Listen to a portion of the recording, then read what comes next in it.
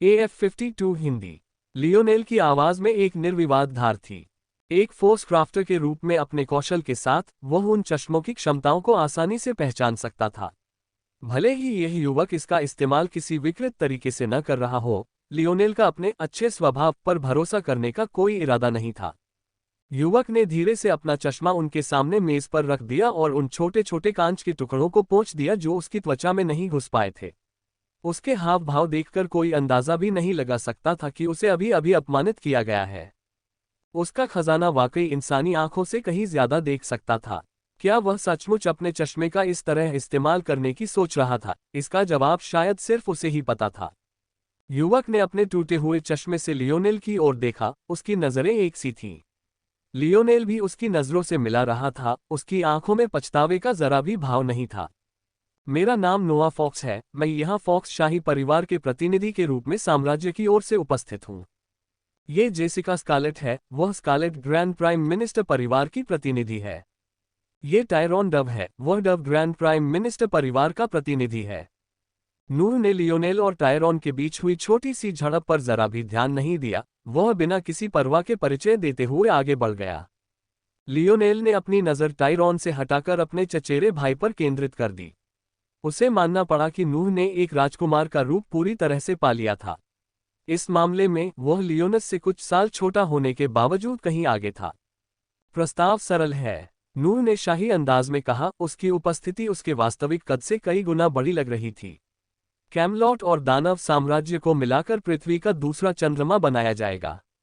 तुम्हारी स्थिति परिवीक्षाधीन नागरिकों जैसी होगी। जेसिका ने अपना नाम सुनकर सिर हिलाया। परिवीक्षाधीन नागरिकता आपको पृथ्वी के आधिकारिक नागरिकों के 2/3 अधिकार प्रदान करती है। आपको उन्हीं कानूनों द्वारा संरक्षित किया जाएगा, हालांकि आपके मतदान के अधिकार में 1/3 की कमी कर दी जाएगी और आपकी सजाएं भी उसी अनुपात में बढ़ा दी जाएंगी। ये दर्जा युद्ध के अंत तक रहेगा, जिसके बाद आपको साम्राज्य का आधिकारिक नागरिक घोषित कर दिया जाएगा। आपके प्रदर्शन के आधार पर आपको पेनड्रैगन नाम के तहत चीफ अर्ल की उपाधि दी जा सकती है। जेसिका कई तैयार दस्तावेज लेकर आए। वे मेज पर ढेर हो गए, कुल मिलाकर कम से कम कुछ दर्जन पन्ने थे। राजा आर्थर इन शब्दों पर भौंचक के रह गए। उन्हें ये शब्द बिल्कुल पसंद नहीं थे। उन्हें मूलतः पृथ्वी के आधे बड़े महाद्वीप की रक्षा करने का काम सौंपा गया था, जिसके बदले में उन्हें अर्ल उपाधि मिली थी। उसे शायद ये पता न हो कि पृथ्वी की उपाधियां क्या होती हैं और कैमलॉट की उपाधियों से उनकी तुलना कैसे की जाती है, लेकिन अर्ल उसके लिए एक आसानी से पहचानी जाने वाली उपाधि थी। यह उसे यह बताने के लिए काफी था कि उसके पास बोलने की शक्ति लगभग न के बराबर होगी।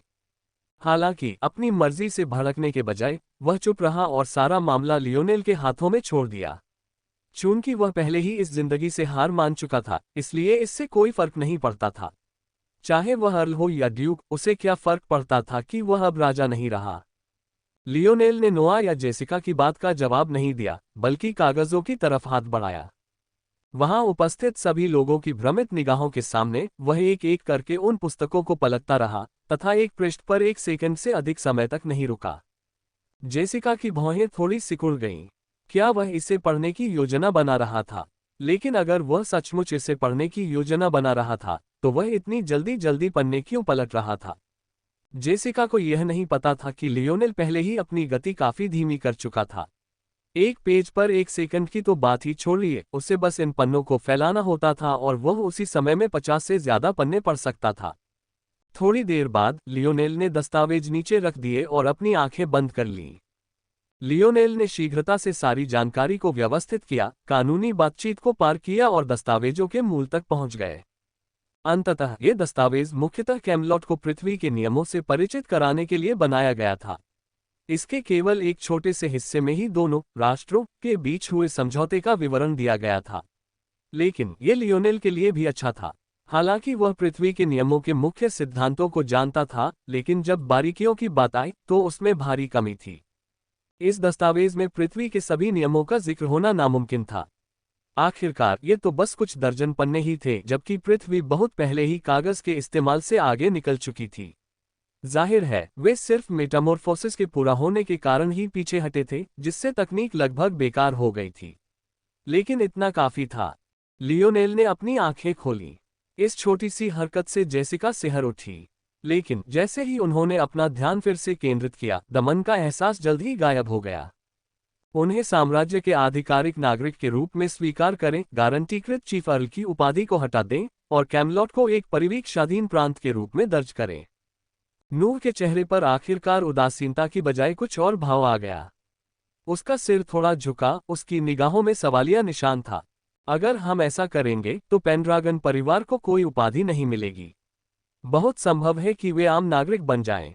इन परिस्थितियों में कैमलॉट के लोग अब कैमलॉट के नहीं रहे, इसलिए उनकी योग्यताएं उनकी अपनी हैं और पेनड्रागन परिवार के लिए मायने नहीं रखेंगी।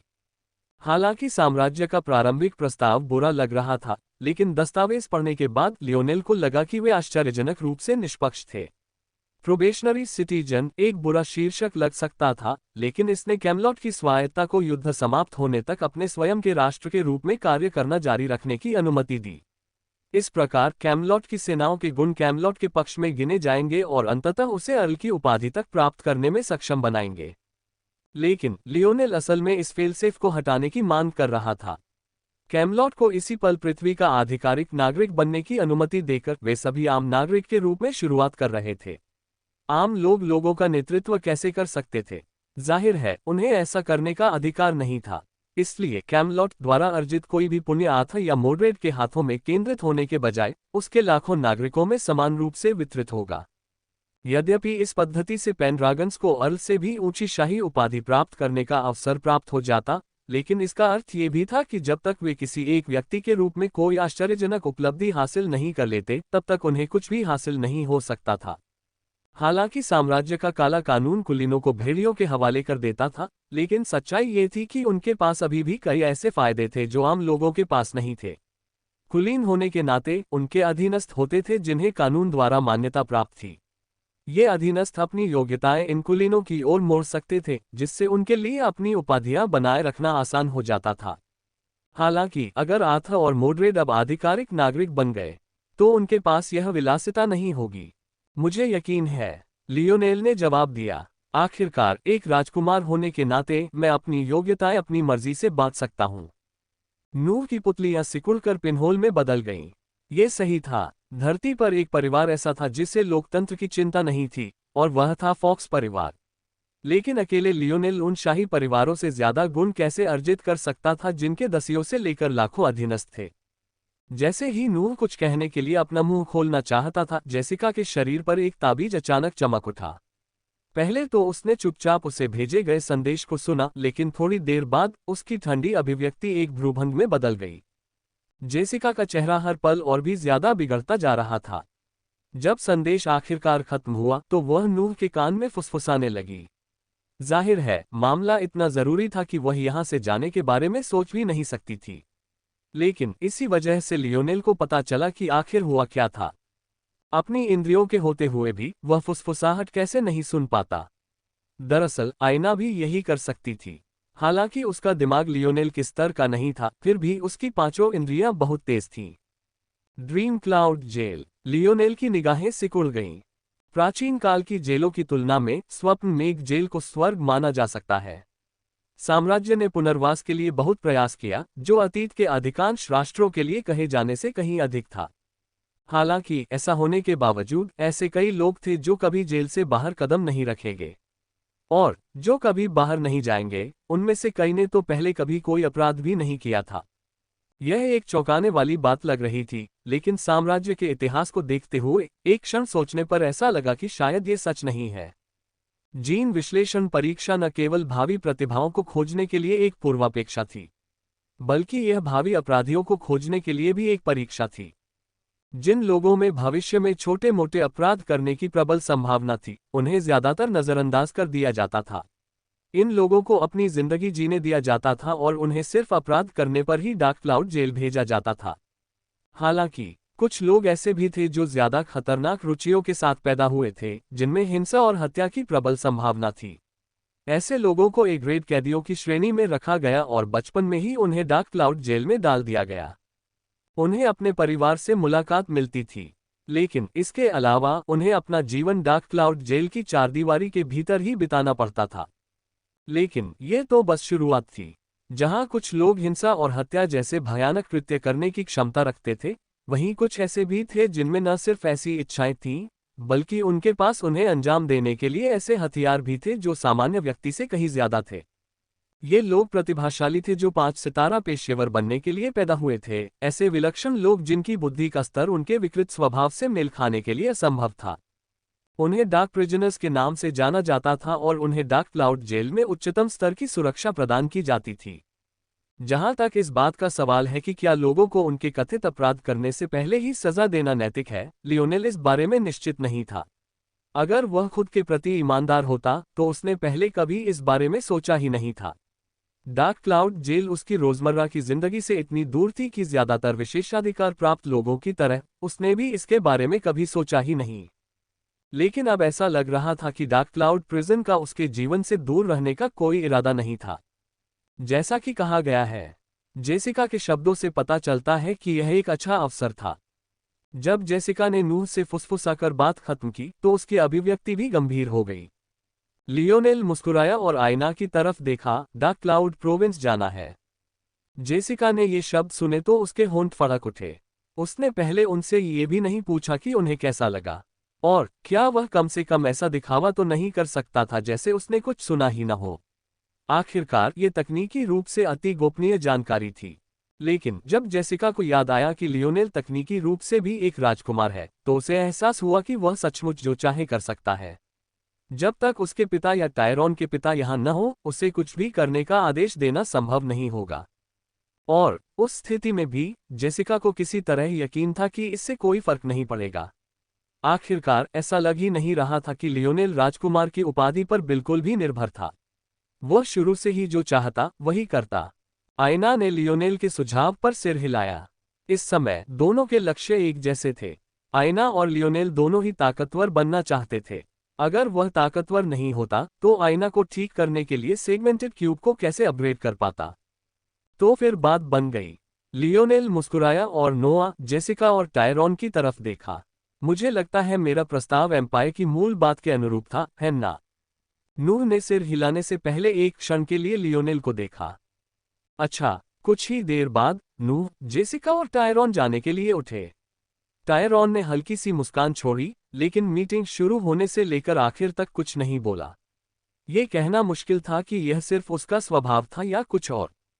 तो तुमने मुझे किस गड्ढे में फेंक दिया, बच्चे? आखिरकार आथा अब और खुद को रोक नहीं सका। उसने बातचीत तो सुनी थी, लेकिन पृथ्वी के नियमों को समझे बिना उसके लिए कही गई हर बात पर अमल करना मुश्किल था। आखिरकार वह सिर्फ लियोनेल पर ही भरोसा कर सका, जिससे उसे कुछ असहजता महसूस हुई। लियोनेल हंसा, यह अच्छी बात है, मैं वादा करता हूं। लियोनेल द्वारा अपनी व्याख्या समाप्त करने के बाद मोड्रेड और आथा अपने विचारों में खो गए। तो हमें आप पर निर्भर रहना होगा, आथा ने आह भरी। खैर, जरूरी नहीं, लियोनेल ने मुस्कुराते हुए कहा। तुम्हारा इससे क्या मतलब है?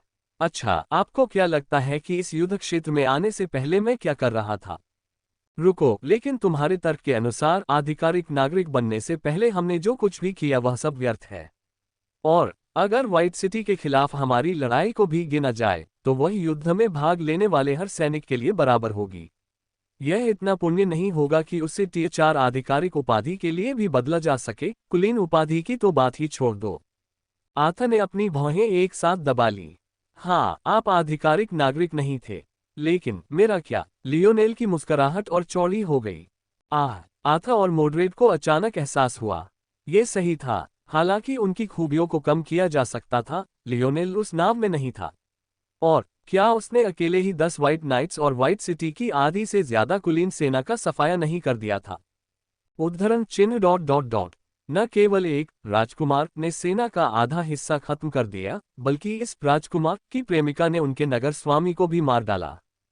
आईना अपने मुखौटे के नीचे से थोड़ा शर्मा गई और दूसरी तरफ देखने लगी, लेकिन उसने खंडन करने की कोई कोशिश नहीं की। ऐसा दृश्य देखकर मोड्रेड मुस्कुराया और लियोनेल को आंख मारी, जिसके लिए उसने 2 बड़े अंगूठे दिखाए। एना को मेरे संरक्षण में रहने वाला व्यक्ति माना जा सकता है, इसलिए आप कह सकते हैं कि व्हाइट सिटी को खाली कराने का सारा श्रेय हमें जाता है।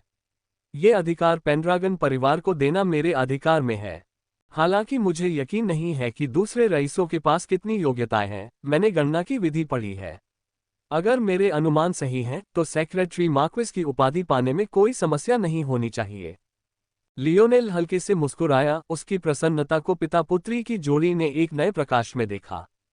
आप चाहते हैं कि हम आपके साथ चलें? मोड्रेड ने पूछा। लियोनेल ने अपना सिर हिलाया। उसे पृथ्वी की स्थिति में कम और अपनी बढ़ती हुई व्यक्तिगत शक्ति में ज्यादा दिलचस्पी थी। नूह की विंटर की समझ को देखने के बाद उसे लगा कि आखिरकार उसे कुछ समझ आ गया है, इसलिए वह उस स्थिति को परखना चाहता था। और यदि वह ऐसा नहीं भी करता तो भी मोड्रेड और आर्थर के लिए यही रहना बेहतर था। मुझे नहीं लगता कि वे कैमलॉट को इतनी आसानी से छोड़ देंगे। दूसरे प्रांतों में युद्ध कैसे चलते हैं इस पर निर्भर करते हुए वे यहाँ एक और समूह भेज सकते हैं। बेहतर होगा कि आप यहीं रहें। आर्थर और मोड्रेड ने सिर हिलाया। लेकिन सिर्फ बचाव ही नहीं करना चाहिए। लियोनेल को अचानक कुछ सूझा। अपने लोगों को संगठित करने में थोड़ी मेहनत करो। चूंकि वे सभी धीरे धीरे अपनी क्षमताओं को पहचान रहे हैं, इसलिए निश्चित रूप से बहुत सारी अप्रयुक्त क्षमताएं हैं। ये कहना मुश्किल है कि यह युद्ध कब तक चलेगा, लेकिन कैमलॉट जितना लगता है उससे कहीं ज्यादा बड़ी भूमिका निभा सकता है। मैंने ये पहले नहीं कहा था, लेकिन अगर मैं तुम्हें एक राजकुमार के रूप में योग्यताएं दे भी दूं तो भी उसकी एक सीमा है। उदाहरण के लिए, मैं तुम्हें प्रधानमंत्री पद के लिए पर्याप्त योग्यताएं नहीं दे सकता। अगर तुम ऐसा पद चाहते हो तो तुम्हें इसके लिए खुद ही संघर्ष करना होगा। आर्थर की निगाहें सिकुड़ गईं, लेकिन अंत में उसने सिर हिला दिया। ये कहकर लियोनेल ने आयना का छोटा सा हाथ पकड़ा और मिलिट्री टेंट से बाहर चला गया। उसे यह एहसास बहुत अच्छा लग रहा था, इसलिए वह ऐसा करने का कोई भी मौका हाथ से जाने नहीं देना चाहता था। लेकिन जब वह अपनी ही दुनिया में था तो उसने ये ध्यान ही नहीं दिया कि नूह और जेसिका वास्तव में अभी भी बाहर अपनी टुकड़ी के सामने खड़े होकर उसका इंतजार कर रहे थे। नूह ने लियोनेल और आयना के बीच नजर दौड़ाई। सच कहूं तो उसे नहीं पता था कि साम्राज्य का एक राजकुमार एक गुप्त परिवार की महिला के साथ कैसे जुड़ गया। यहाँ तक कि जब उसने अपने दादा के सामने यह बात रखी तो सम्राट फॉक्स ने बिना किसी परवाह के इसे टाल दिया, मानो यह कोई बड़ी बात ही ना हो। दरअसल उसके शाही दादा ने तो यहाँ तक कहा था कि उसे भी प्यार में ज्यादा सक्रिय होने की कोशिश करनी चाहिए। हालांकि उसके दादाजी हमेशा से ही गर्मजोशी से भरे रहे थे, नूह उनके हर काम में छिपे हुए अत्याचार को महसूस कर सकता था। पहले ऐसा मजाक करना सम्राट के लिए नामुमकिन होता, फिर भी इस बार उसने ऐसा किया। शाही दादाजी ने कहा है कि हम दोनों मिलकर इस अभियान का नेतृत्व कर सकते हैं। नूह ने शांति से कहा, आप भी वही टियर 7 जनरल की उपाधि प्राप्त कर सकते हैं जो मुझे प्राप्त है, और आप मेरे आधे आदमियों को अपनी कमान में चुन सकते हैं। आमतौर पर जब ऐसा कुछ होता था तो सबसे ज्यादा पीड़ित व्यक्ति बहुत क्रोधित होता था। नूह अपनी आधी युद्ध शक्ति खो रहा था और जिन योद्धाओं को उसने पिछले 1 साल से भी ज्यादा समय से बड़ी सावधानी से पाला था, वे उसकी आंखों के सामने ही मारे जा रहे थे। लेकिन नूह को जरा भी परवाह नहीं थी। उसकी भावनाओं में कोई उतार चढ़ाव नहीं था और उसने बिना किसी हिचकिचाहट के अपने दादाजी के आदेशों का पालन किया। नूह के पीछे खड़े कई युवक ये शब्द सुनकर चुप हो गए। ये कहना मुश्किल था कि क्या कोई शोरगुल नहीं था क्योंकि उन्हें इससे कोई फर्क नहीं पड़ता था, या फिर वे बस इतने प्रशिक्षित थे। अब नूह के नेतृत्व में सैनिकों की संख्या पहले की संख्या की लगभग आधी रह गई थी, जिससे सैनिकों की संख्या लगभग 500 रह गई थी। शेष सैनिक व्हाइट सिटी में तैनात थे और ऐसा प्रतीत होता था कि टायरॉन वहां स्थिति को संभालने के लिए गया था। लियोनेल ने अपनी भौहें उठाईं और युवकों की ओर देखा। वे सब वहां मौजूद थे जब उसने अपना आपा खो दिया था और गुस्से में आग बबूला हो गया था।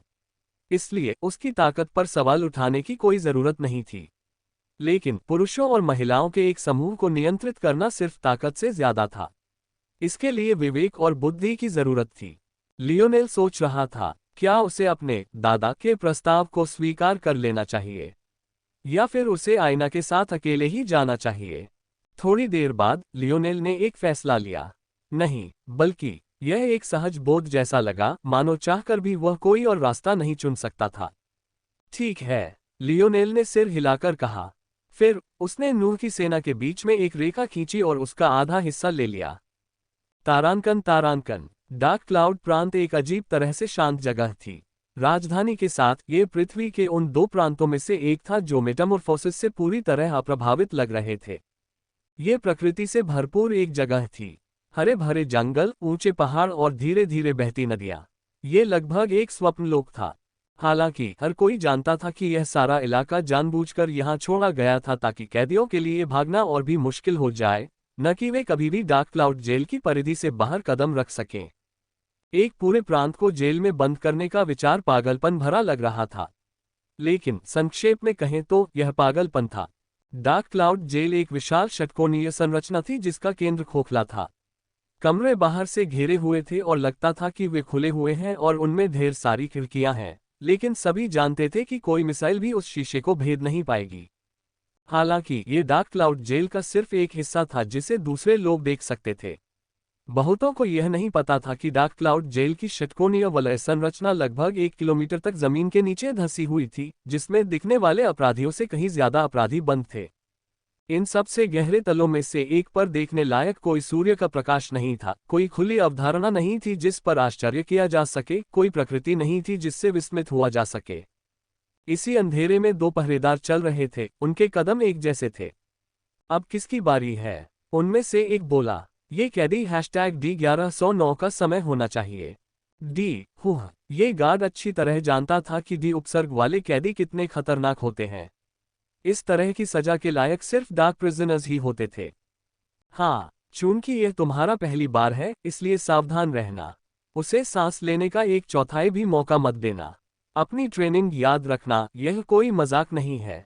भोला मत बनो। नौसिखिया गार्ड ने गंभीरता से सिर हिलाया। अगर वह ऐसे मामलों को हल्के में लेता तो उसे इस स्तर की पहुंच कभी नहीं मिलती। दोनों एक अंधेरे कोठरी के दरवाजे पर पहुंचे जिसमें एक छोटा सा भी छेद नहीं था। कई प्रक्रियाओं के बाद उन्होंने अंततः भारी दरवाजे को इस तरह खोला जैसे कि वह जेल की कोठरी ना होकर बैंक की तिजोरी हो। जैसे ही उन्होंने ऐसा किया, उनके कानों में एक अजीब सी हंसी गूंजी। #D1109। कितना अमानवीय। आप मुझे उस नाम से क्यों नहीं बुलाते जो मेरी माँ ने मुझे दिया था? अब मेरे साथ कहो, लियोनेल मोरालेस। कहना बहुत आसान है, क्या तुम्हें नहीं लगता? उस क्षण डार्क क्लाउड जेल अचानक हिल गया। ऐसा लगा जैसे दुनिया ढह रही हो। लियोनेल ने अपने सामने मौजूद 200 से ज्यादा पुरुषों और महिलाओं को देखा। सबसे बड़े की उम्र 25 से ज्यादा नहीं थी, जबकि सबसे छोटे की उम्र शायद 16 या 17 साल रही होगी। लेकिन उन सभी के पास कई लड़ाइयों का अनुभव था। ये बिल्कुल साफ था कि यह उनका पहला कार्यकाल नहीं था। हालांकि लियोनेल में ऐसा करने की क्षमता थी, उसने उन्हें उनकी ताकत के आधार पर नहीं चुना। उसने बेतरतीब ढंग से चुनने का फैसला किया, न सिर्फ नूह की कुछ इज्जत बचाने के लिए, बल्कि इसलिए भी कि उसे इस बात की कोई परवाह नहीं थी कि वे कितने मजबूत थे। सच कहूं तो उसे समझ नहीं आ रहा था कि उसने नूह के प्रस्ताव पर हामी क्यों भरी। ये किसी और बात से ज्यादा एक आवेग था। लेकिन अब जब उसने अपना फैसला कर लिया था, तो उस पर विलाप करने का कोई फायदा नहीं था। इसमें कुछ तो ऐसा था जिसने उसे उत्साह से भर दिया था। उसकी पीठ थोड़ी सी सीधी हो गई और उसकी छाती थोड़ी सी चौड़ी हो गई। उसके शरीर के चारों ओर फैली आभा ने उन्हें एक पंक्ति में खड़ा कर दिया और उनके हाव भाव गंभीर हो गए। तुम लोगों में नेता कौन है? लियोनेल ने अंततः पूछा। कुछ युवक बाहर निकले, फिर उन्होंने एक दूसरे की तरफ देखा। उनमें से लियोनेल ने एक को पहचान लिया। नील का चेहरा नूह से भी ज्यादा पीला पड़ा था। उसकी बाह पर पट्टियां बंधी हुई थीं और उसे लपेटा गया था। लेकिन सच कहूं तो इतनी पट्टियां भी नहीं थीं जो आपके कॉलरबोन में हुए छेद की भरपाई कर सकें। ऐसा लग रहा था जैसे किसी ने उसकी बाह की सुरक्षा के लिए अपनी हद पार कर दी हो। बाकी जो कुछ भी किया गया, उसके बारे में लियोनेल को यकीन नहीं था। आखिरकार उसे ऐसे कामों का प्रशिक्षण नहीं मिला था। कुल मिलाकर नील समेत 10 लोग बाहर निकले। उनमें से कई के चेहरे पर थकान थी। साफ था कि व्हाइट सिटी पर कब्जा किए उन्हें ज्यादा समय नहीं हुआ था, लेकिन अब जब उन्हें लगा कि अब घर जा सकते हैं, तो उन्हें एक और काम में उलझा दिया गया। रिपोर्टों के अनुसार डार्क क्लाउड जेल पर हमला किया गया था और जेल के कम से कम 20% हिस्से को खतरे में डाल दिया गया था, जिसके परिणामस्वरूप 23,329 सी ग्रेड कैदियों, 12,802 बी ग्रेड कैदियों, 2,023 ए ग्रेड कैदियों और 103 डार्क कैदियों को अचानक रिहा कर दिया गया था। यद्यपि डार्क क्लाउड जेल के आसपास के जटिल भूभाग को कैदियों के भागने को कठिन बनाने के तरीके के रूप में विपणन किया गया था, लेकिन यदि यह वास्तव में लक्ष्य था, तो जेल के आसपास का क्षेत्र समतल भूमि के अलावा कुछ नहीं होता।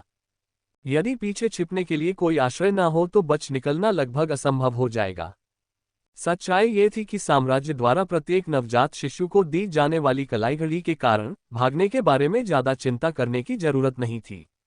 भूभाग वास्तव में दो तरह से काम करता था। पहला, पृथ्वी पर कम से कम कुछ हद तक पर्यावरण के अनुकूल वातावरण बनाए रखना जिसमें महासागर शामिल न हो। दूसरा कारण ये था कि लोग भूल जाएं कि ऐसी कोई जगह पहले से मौजूद है।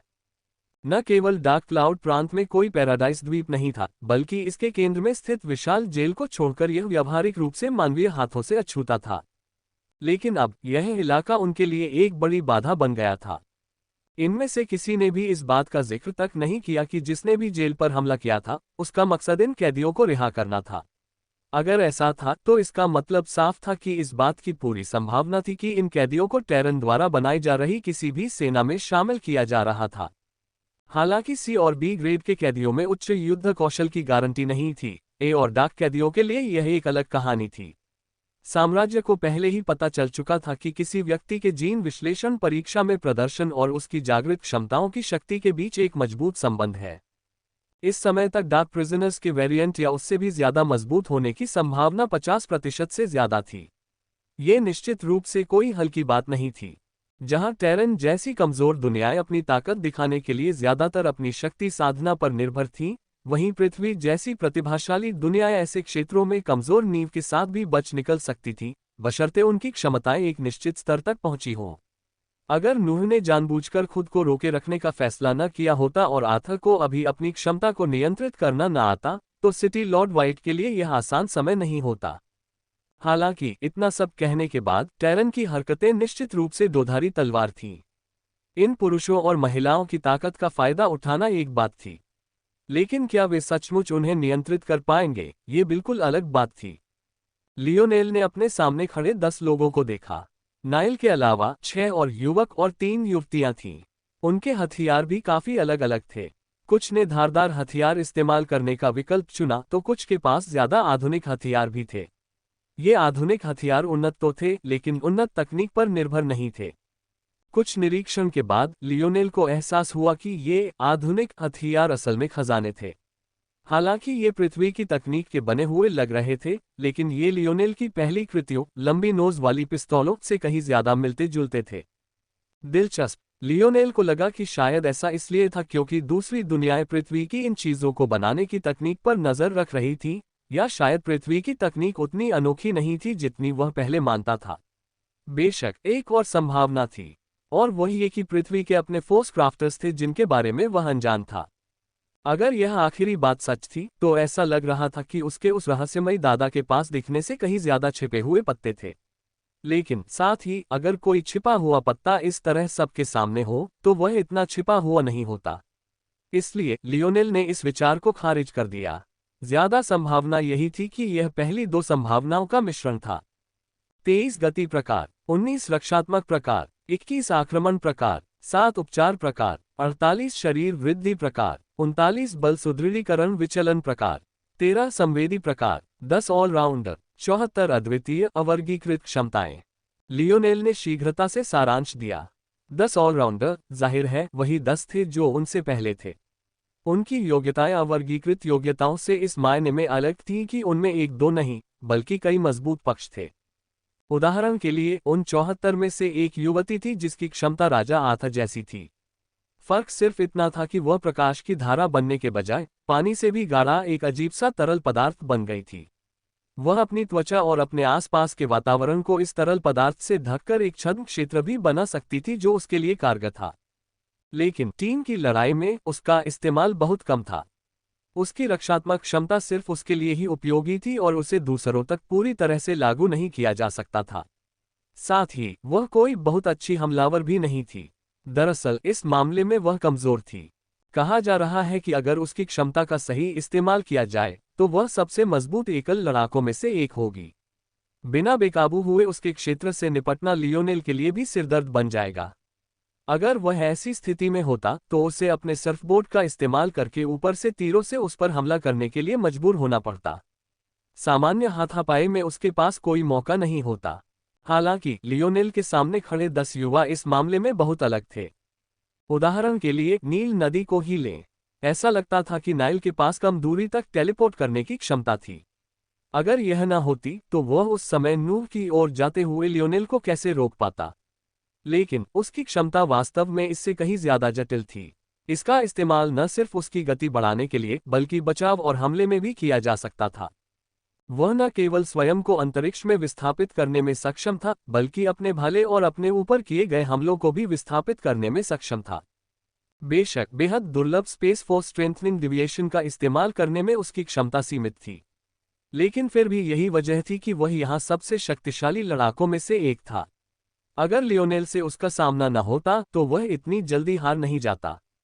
अपनी क्षमता के बल पर नील अपने दस्ते के सदस्यों की क्षमताओं को प्रभावित किए बिना 10 लोगों के दल की सुरक्षा की जिम्मेदारी आसानी से उठा सकता था। यही उसमें और उस युवती में बुनियादी अंतर था। चूंकि चीजें ऐसी हैं, इसलिए मैं आपको निम्न प्रकार से व्यवस्थित करूंगा। तेज टाइप के सैनिक 2 से 3 की 8 टुकड़ियां बनाएंगे। आपकी भूमिका 8 दिशाओं में हमारे सैनिकों के चारों ओर एक घेरा बनाए रखना और आगे बढ़ने वाले किसी भी दुश्मन की गति को बाधित करना होगा। जहां तक संचार और व्यवधान के तरीके का सवाल है, वह मुझ पर छोड़ दीजिए। आप में से शेष 200 लोग, जिनमें संवेदी प्रकार, उपचार प्रकार या ऑलराउंडर शामिल नहीं हैं, 10 के दस्ते में बनेंगे। इन दस्तों में 3 ढाल योद्धा होंगे, जो या तो रक्षात्मक प्रकार या शरीर वृद्धि प्रकार के होंगे।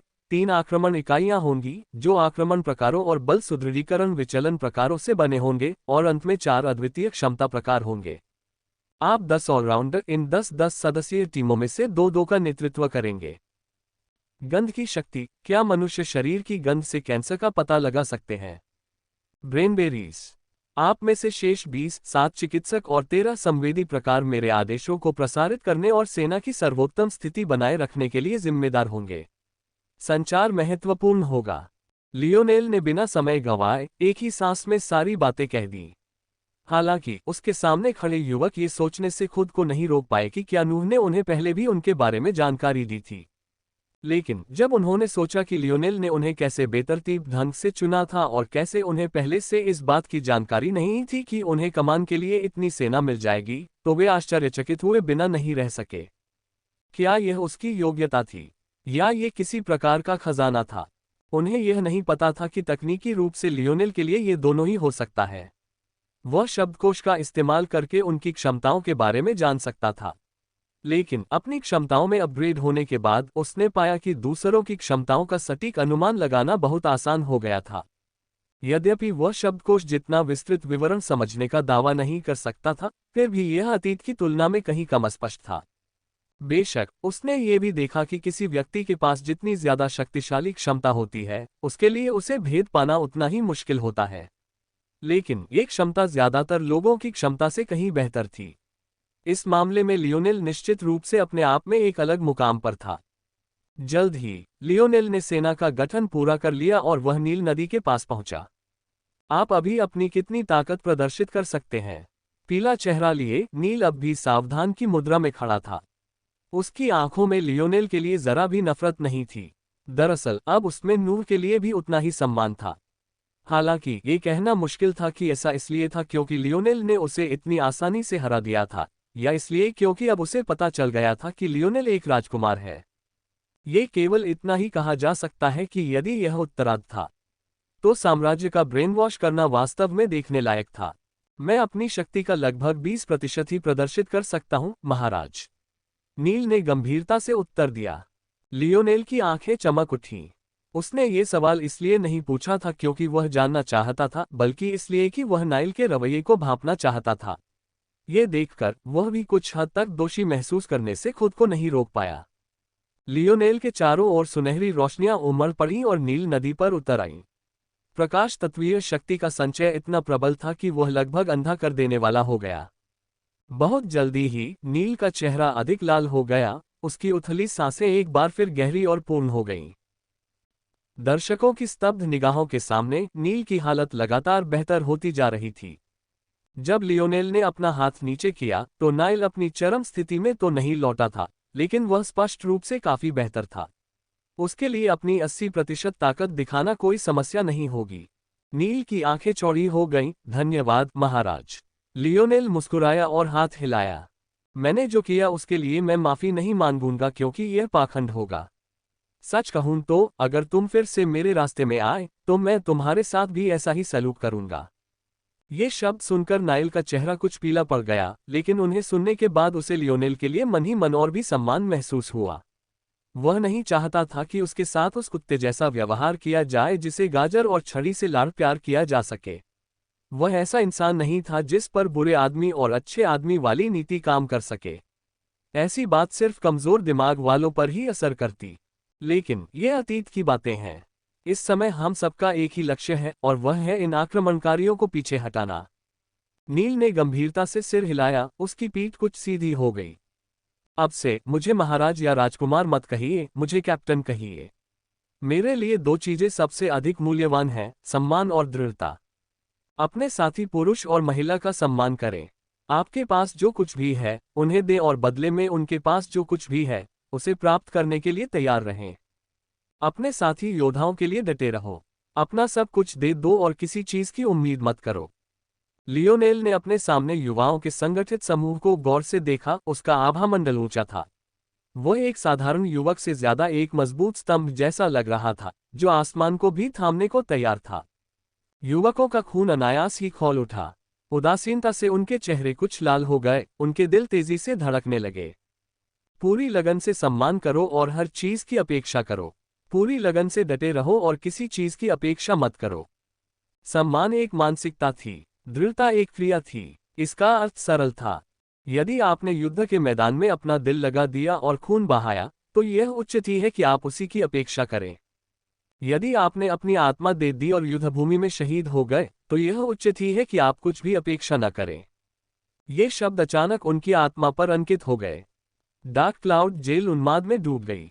6 खंडों में से एक पूरी तरह से ढह गया, जिससे एक ऐसा दृश्य बना जिसे देखकर लगा कि यह एक बड़ी तबाही होगी। हालांकि कुछ लोग मारे गए, लेकिन परिणामस्वरूप हुआ विस्फोट काफी नियंत्रित था। किसी भी तीसरे पक्ष के पर्यवेक्षक के लिए यह स्पष्ट था कि यह सब योजनाबद्ध था, यहां तक कि अंतिम बिंदु वाले आई और क्रॉस वाले टी तक। हो, लियोनेल हंसा। लेखक का नोट, अब से जब भी लियोनेल का जिक्र करूंगा मैं उसे लियोनेल लिखूंगा। दोनों का उच्चारण एक जैसा है, इसलिए इससे कहानी के प्रवाह में मदद मिलेगी। लेकिन ध्यान रखें कि इस लियोनेल का नाम हमारे पसंदीदा एमसी के नाम के समान ही लिखा और बोला जाता है। लियोनेल गीली कोठरी के फर्श पर बैठा था, उसकी बाहें उसके शरीर से लिपटी हुई थीं। बेशक यह उसकी मर्जी से नहीं था। जिस स्ट्रेटजैकेट में उसे रहने के लिए मजबूर किया गया था, वह कैवलर से भी कहीं ज्यादा मजबूत सामग्री से बना था। मानो इतना ही काफी न हो, उसे कई तालों और जंजीरों से मजबूत किया गया था। अगर वह अपनी बाहें खोलना भी चाहता तो उसके पास ये सुविधा नहीं थी। कोई सोच सकता था कि कम से कम उसे नहाने के लिए बाहर तो जाने दिया जाएगा, लेकिन उसे ये भी नसीब नहीं था। बल्कि जब भी बदबू बहुत बढ़ जाती, उसे यूवी जैसी रोशनी में नहलाकर वापस भेज दिया जाता। लगभग 2 दशकों से इस उपचार के परिणामस्वरूप अब एक ऐसा व्यक्ति पैदा हो गया है जिसकी गंध कुछ ऐसी है जैसे एक भाग सब्जी को बहुत देर तक धूप में सूखने के लिए छोड़ दिया गया हो और दूसरे भाग को मांस से सुखाया गया हो। अंधेरे में उसका चेहरा देखना मुश्किल था, या यूं कहें कि उसे सिर झुकाकर बात करने की आदत थी। उसके बिखरे बाल उसके चेहरे के ज्यादातर हिस्से को ढक लेते थे। हालांकि अगर पहरेदारों के पास कोई विकल्प होता तो वे उसे ऐसे ही सिर झुकाए रखना पसंद करते। बहुत करीब। लियोनेल हंसता रहा। अगर वो धमाका 2% ज्यादा तेज होता तो मैं आजाद हो जाता। कितनी शर्म की बात है, कितनी शर्म की बात है। नौसिखिया गार्ड को अपनी गर्दन के पीछे ठंडी ठंड महसूस हुई, उनके पैरों के नीचे जमीन अभी भी कांप रही थी। क्या? नौसिखिया गार्ड ने बोलना शुरू किया, लेकिन जब उसने अपने साथी के चेहरे पर भद्दा भाव देखा तो उसके अगले शब्द गले में ही अटक गए। यह क्या है? वह नौसिखिया अचानक ही हाई अलर्ट पर आ गया, उसका हाथ उसके हथियार पर था। अनुभवी गार्ड ने गहरी सांसें ली, स्वयं को शांत करने का प्रयास किया, उसकी नजर लियोनेल से हटी ही नहीं। अगर दूसरे लोग उसकी हरकतें देखते तो सोचते कि वह पागल है। वह एक ऐसे आदमी पर इतना ध्यान क्यों दे रहा था जो 1 इंच भी हिल नहीं सकता था? शायद सिर्फ ड्रीम क्लाउड जेल वालों को ही पता होगा। सुनो नौसिखिए, धीरे धीरे पीछे हटो, पूरी तरह सतर्क रहो, जरूरत पड़े तो पीछे मत हटना। नौसिखिए गार्ड विद्यार्थियों संकुचित। तुम्हारा मतलब है? हाँ, जो भी जरूरी हो करो। नौसिखिए की रीढ़ में ठंडी सिहरन दौड़ गई, उसकी मांसपेशियां तनावग्रस्त हो गईं। डार्क क्लाउड जेल के नए पहरेदारों को सबसे पहले जो सिखाया गया वह था जानकारी का महत्व। यह कोई ऐसा पाठ नहीं था कि जितना हो सके उतना सीखो। नहीं, ये तो इन कैदियों से जितना हो सके जानकारी को दूर रखने का पाठ था। डार्क प्रिजनर्स को बचपन से लेकर उनकी मृत्यु तक कैद में रखा गया था। ज्यादातर को तो इन दीवारों के बाहर की दुनिया याद ही नहीं थी। दरअसल दुनिया से उनका संपर्क सिर्फ उन्हीं पलों में होना चाहिए था जब उनके लिए खाना लाया जाता था। इन कैदियों को भाषा की जो भी समझ थी वह समाज के सदस्य के रूप में बिताए गए उनके छोटे से समय की ही थी। वास्तव में उनकी सारी समझ इसी पर आधारित थी। इन सब बातों के साथ एक बात विशेष रूप से थी जिसे वे इन कैदियों से छिपाना चाहते थे। मेटामॉर्फोसिस। जो कैदी विकलांग हो जाते थे उन्हें चुपचाप मार दिया जाता था। डार्क क्लाउड प्रांत के ऊपर कोई स्वर्गद्वीप नहीं था। यहां तक कि पहरेदारों को भी बिना उनकी क्षमताओं के युद्ध में कड़ी मेहनत से प्रशिक्षित किया जाता था। प्रशिक्षण के पहले दिन से ही उन्हें यह सिखाया जाता था कि अपनी क्षमताओं का उपयोग अंतिम उपाय होना चाहिए। फिर भी अब अनुभवी गार्ड कह रहा था कि किसी भी आवश्यक साधन का उपयोग करें। नौसिखिए की सांसें धीमी हो गईं, उसके माथे पर धीरे धीरे ठंडा पसीना रिसने लगा। उफ उफ, क्या इतनी सावधानी की जरूरत है? क्या मैंने पहले ही नहीं कहा था कि यह शर्म की बात है? अनुभवी का जबड़ा कठोर हो गया। #D1109 आपने प्रतिशत के बारे में कैसे सीखा? लियोनेल एक पल के लिए रुका, फिर उसकी हंसी लौट आई, पहले से भी ज्यादा तेज। उसके बाल उसके चेहरे पर लटक रहे थे, उसकी ले के साथ हिल रहे थे। अनुभवी गार्ड का चेहरा और भी ठंडा हो गया, फिर भी वह धीरे धीरे पीछे हट रहा था। उफ, मेरी जबान फिसल गई होगी। आया, तुम मुझसे और क्या उम्मीद कर सकती हो? मेरी सड़क समझ अभी भी थोड़ी कम है, मैंने दुनिया बहुत कम देखी है। उद्धरण चिन्ह ... आपने लियोनेल मोरालेस का नाम कहां से सुना? गार्ड ने ठंडे स्वर में पूछा ताकि वह नौसिखिए को थोड़ा दूर जाकर वार्डन को यह बात बता सके। लियोनेल ठिठक गया, लेकिन इस बार उसकी हंसी नहीं निकली। कोठरी में एक भयानक सन्नाटा छा गया और जमीन लगातार गड़गड़ा रही थी। मैंने ये कहाँ सुना? अपनी माँ के मुंह से, इससे पहले कि तुम मुझे उससे अलग करके इस जगह फेंक देते। आवाज में किसी भी प्रकार की भावना नहीं थी, वह कुछ हद तक यांत्रिक लग रही थी, मानो वह किसी मानव के शब्द न होकर कोई स्वचालित संदेश हो। अनुभवी और नौसिखिए दोनों ही स्तब्ध रह गए। ऐसा डर, जिसका उन्होंने अपने जीवनकाल में कभी अनुभव नहीं किया था, उनके दिलों को जकड़ रहा था, उन्हें कस रहा था। खून बहकर दीवारों पर छलक रहा था। अंधेरे में लाल रंग चमक रहा था, ऐसा लग रहा था जैसे कोई गिरे हुए देवदूत के पंख हों। तारांकन तारांकन, वार्डन वार्डन। जेल के ढांचे की गड़गड़ाहट भी इस आवाज की गूंज को रोक नहीं पाए। दहशत, सदमे और खौफ का मिला जुला रूप इस दहाड़ में जज्बात का रंग भर गया था। डार्क क्लाउड जेल की सबसे निचली मंजिल पर स्थित एक कार्यालय में वार्डन को पाया जा सकता है। वह औसत कद काठी का लेकिन गठीला शरीर वाला आदमी था।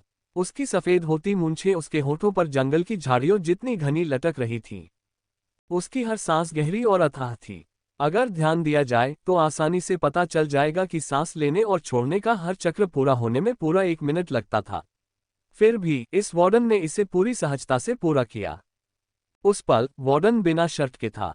अपनी बढ़ती उम्र के बावजूद उसका शरीर ताकत से लबरेज था, उसके धड़ में ऐसी कसावट थी कि उसकी आधी उम्र के आदमी भी शर्म से पानी पानी हो जाएं। उसकी त्वचा पर एक स्वस्थ तांबे जैसी चमक थी, जिससे वह किसी जेल के वार्डन से ज्यादा एक फिटनेस मॉडल लग रहा था। ये व्यक्ति कोई और नहीं बल्कि गवर्नर ड्यूक एस्कोबार ओवन थे। इससे पहले कि चिल्लाता हुआ गार्ड कार्यालय तक पहुंच पाता, एस्कोबार ने अपनी काली सैन्य वर्दी पहन ली, अपने सुडौल शरीर को छिपा लिया और दरवाजा खोल दिया। उसका व्यवहार दृढ़ और उदासीन था। वार्डन #D1109 भाग गया है। यदि लियोनेल वहां होता तो वह इस वार्डन को तुरंत पहचान लेता। वह कोई और नहीं बल्कि कोच ओवन थे, एक ऐसे व्यक्ति जिनका लियोनेल अपने पिता के समान ही सम्मान करते थे। कोच ओवन की अभिव्यक्ति ठोस हो गई। उन सब में से वह ही क्यों होना चाहिए? वार्डन के शब्द मुश्किल से सुनाई दे रहे थे।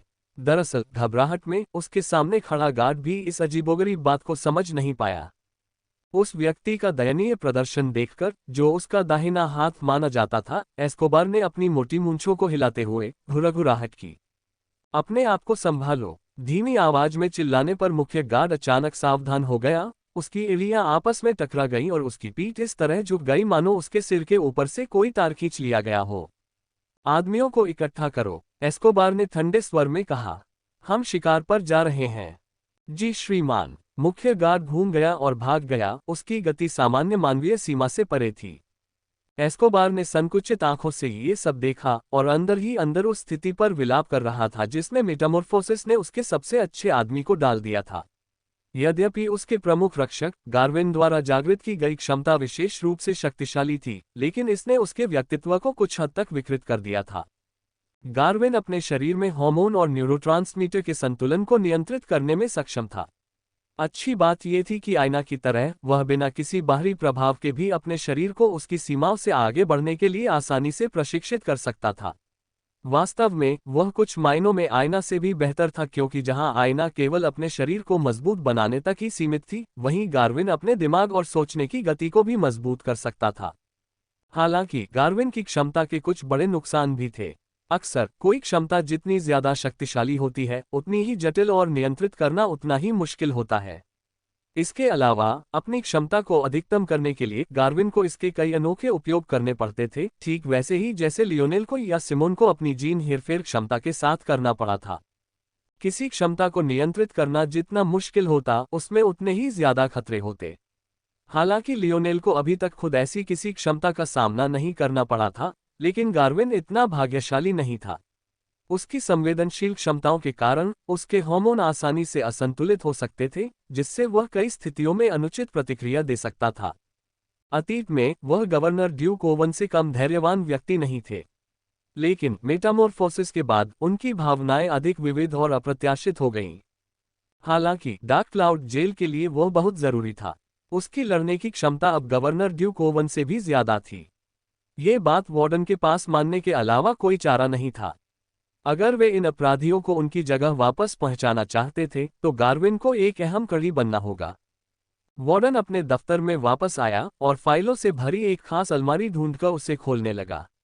जैसे जैसे वह पलटता गया, उसका चेहरा और भी उदास होता गया, लेकिन उसकी गति तेज नहीं हुई, बल्कि शुरू से आखिर तक एक समान रही। अंततः वह #D1109 नामक एक विशेष फाइल पर पहुंचे। फाइल में उसे जो पहली तस्वीर दिखी, वो एक बच्चे की थी जिसकी बड़ी बड़ी हल्के हरे रंग की आंखें थीं। उस छोटे से लड़के की नाक छोटी सी बटन जैसी थी और बाल बिखरे हुए गंदे सुनहरे थे। कुल मिलाकर वह एक प्यारा बच्चा था, लेकिन तस्वीर में कुछ गड़बड़ थी। जितनी देर तक आप इसे देखते रहेंगे, उतना ही असहज महसूस करेंगे। जितनी देर तक आप इसे देखते रहेंगे, ये बच्चा लड़का नहीं लगेगा। वार्डन को तो ये याद ही नहीं रहा कि उसने कितनी बार इस फोटो को देखा था, लेकिन हाल ही में उसे यह एहसास हुआ कि इसमें क्या गड़बड़ थी। ये आंखें थीं। इस बच्चे की आंखों में न तो बच्चे जैसी मासूमियत थी और न ही नवजात शिशु जैसी जिज्ञासा, बल्कि उसकी निगाहें खाली थीं, लगातार आपको घूर रही थीं, मानो उसे सब कुछ पहले से ही पता हो। कोच ओवन ने आह भरी। बाकी दस्तावेज में काट छांट भरी थी। जन्म स्थान, माता पिता होने का नाम, यहाँ तक कि जन्मतिथि भी काट दी गई थी। बस यही तस्वीर और कैदी का कोड था, और कुछ नहीं, और कुछ नहीं। उद्धरण चिन्ह ...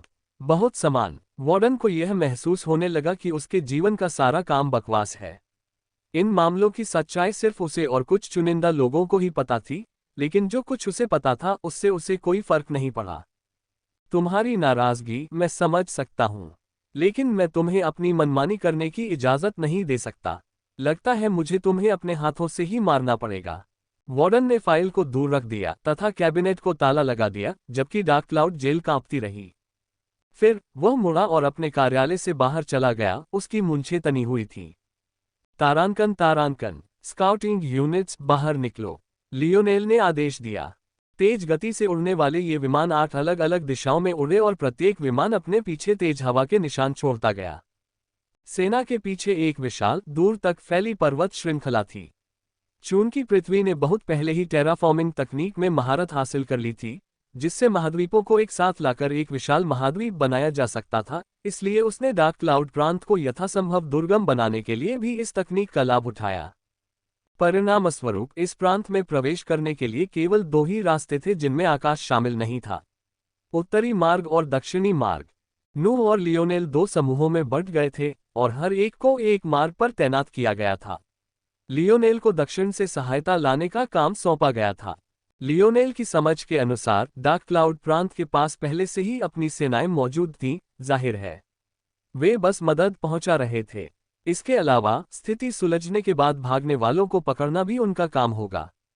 इसके अलावा उन्हें इस जगह पर भेजी गई टेरन की सेना की भी चिंता करनी होगी, जिसमें हारग्रोव शहर की सेना भी शामिल होनी चाहिए। लियोनेल ने सेना का अग्रिम मोर्चा संभाला, उसके साथ आयना भी थी। उसने अपनी विशाल तलवार थाम रखी थी, उसके मुखौटे की दरारों के पीछे एक गंभीर प्रकाश छिपा था। जंगल काफी घना था, इतने बड़े समूह में चलना मुश्किल हो सकता था, इसलिए लियोनेल ने अपने बनाए 10 आदमी दस्तों का फायदा उठाया और उन्हें फैला दिया। इस जगह पर कोई भी बड़े पैमाने पर लड़ाई लड़ना मुश्किल होगा, लेकिन दुश्मनों के लिए भी यही बात लागू होती थी। दस्तों की संरचना के कारण उनके लिए समस्याओं से निपटना बहुत आसान हो जाता था। उस क्षण लियोनेल की निगाहें अचानक तेज हो गईं। आशा के अनुसार लियोनेल के मन में यह विचार आने के कुछ ही सेकंड बाद उसके पास एक संचार ताबीज प्रज्वलित हुआ और चुपचाप उसके कानों में प्रवेश कर गया। कप्तान, स्क्वाड नॉर्थ वेस्ट ने दुश्मन के स्काउट्स की गतिविधि का पता लगा लिया है। उनकी संख्या 7 है। आदेश के लिए तैयार हैं। टेरन के लिए यह जानना भी असंभव था कि डार्क क्लाउड प्रांत में प्रवेश के केवल 2 ही रास्ते हैं। ऐसे में वे आने वाली सेना को रोकने के लिए अपनी नाकेबंदी कैसे नहीं कर सकते थे। लियोनेल ने आईना की तरफ देखा तो पाया कि वो पहले से ही उसकी तरफ देख रही थी। हल्के से सिर हिलाकर दोनों एक साथ आगे बढ़े, उनके कदम हल्के और एक साथ थे। बाकी सैनिक धीरे धीरे आगे बढ़ते रहे। हालांकि उन्होंने इस सब की विचित्रता पर एक दूसरे को कुछ बार देखा, लेकिन उन्होंने कोई और हरकत नहीं की। किसी सेनापति द्वारा अग्रिम मोर्चे पर कदम रखने जैसी कोई घटना कम से कम पृथ्वी के आधुनिक इतिहास में लगभग अनसुनी ही थी। हालांकि लियोनेल ने अपनी योजना उन्हें स्पष्ट कर दी थी। 250 की गिनती बहुत ज्यादा नहीं थी, खासकर इतने बड़े युद्ध में। उनका फायदा इस बात में था कि वे सभी उच्च कोटि के योद्धा थे और अकेले 2-3 योद्धाओं से लड़ने में सक्षम थे। ऐसे में ऐसा जंगल न केवल उनके लिए सबसे उपयुक्त इलाका था, बल्कि यह इस युद्ध को पलटने का एक अनोखा अवसर भी था। लियोनेल के होंठ हिल रहे थे, लेकिन किसी ने उसकी बात सुनी ही नहीं। हालांकि कई 100 मीटर दूर उत्तर पश्चिम की टुकड़ी पहले ही कार्रवाई में जुट चुकी थी। अल्पविराम। तेज धूप के बावजूद जंगल अभी भी छाया में डूबा हुआ था। ऊंची छतरियों के नीचे से ऐसा लग रहा था जैसे बादलों वाला दिन हो। दुर्भाग्य से बादलों वाले दिन के विपरीत जंगल का जमीन काफी नम था। तीसरे आयाम का कोई भी सामान्य इंसान इस समय तक पसीने से तरबतर हो जाता। सौभाग्य से पृथ्वी अभी भी एक नए चौथे आयाम वाले विश्व के रूप में अपनी प्रारंभिक अवस्था में थी। इस प्रकार इस चरण में एक विश्व की कठोर जलवायु अभी तक साकार नहीं हुई थी। फिर भी गर्म तापमान धीरे धीरे बढ़ रहा था और सदियों के रिकॉर्ड तोड़ रहा था, जबकि ठंडा तापमान भी ऐसा ही कर रहा था। बहुत जल्द ही पृथ्वी को ऐसी चरम स्थितियों का सामना करना पड़ेगा जो उसने पहले कभी नहीं देखी थी। हालांकि यह बुरी खबर थी, लेकिन एक अच्छी खबर भी थी। इस संक्रमण काल में जोन अभी दिखाई नहीं देने वाले थे, इसलिए पृथ्वी को थोड़ी राहत मिली। लेकिन हो सकता है कि इसी वजह से टेरन ने अभी हमला करने का फैसला किया हो। उसी समय नम जंगल की जमीन पर 7 लोगों का एक समूह अपने गश्ती पथ पर सावधानी से आगे बढ़ रहा था। उनकी इंद्रियां पूरी तरह सतर्क थीं। उन्होंने लाल वस्त्र पहने हुए थे और चमकीले पीले रंग के लचीले कवच पहने हुए थे। इस डिजाइन के कारण वे अपने ही छोटे छोटे उबलते सूरज जैसे लग रहे थे, लेकिन उनके माथे से गिरते पसीने की छोटी छोटी बूंदों को देखकर लग रहा था कि इसका उनके आपसी प्रेम से कोई लेना देना नहीं था। 7 व्यक्तियों के नेता ने अचानक अपना सिर एक निश्चित दिशा में घुमाया और ठीक उसी समय उसने प्रकाश का एक छोटा सा गोला उनके बीच में आते देखा। उसके चेहरे पर घबराहट की एक झलक उभर आई, लेकिन जब वह दहशत से जड़वत हो गया तभी प्रकाश का एक छोटा सा गोला चमक उठा, जिससे 10 मीटर के दायरे में एक प्रभामंडल फैल गया। बिना किसी हिचकिचाहट के प्रमुख स्काउट ने एक ताबीज निकाला और उसे फाड़ दिया। ताबीज 2 टुकड़ों में फट गया, जिससे लपटें भड़क उठी और वह तुरंत जल उठा। चिंगारियां एक साथ मिलकर एक मोती में बदल गईं और आसमान की ओर उठ गईं।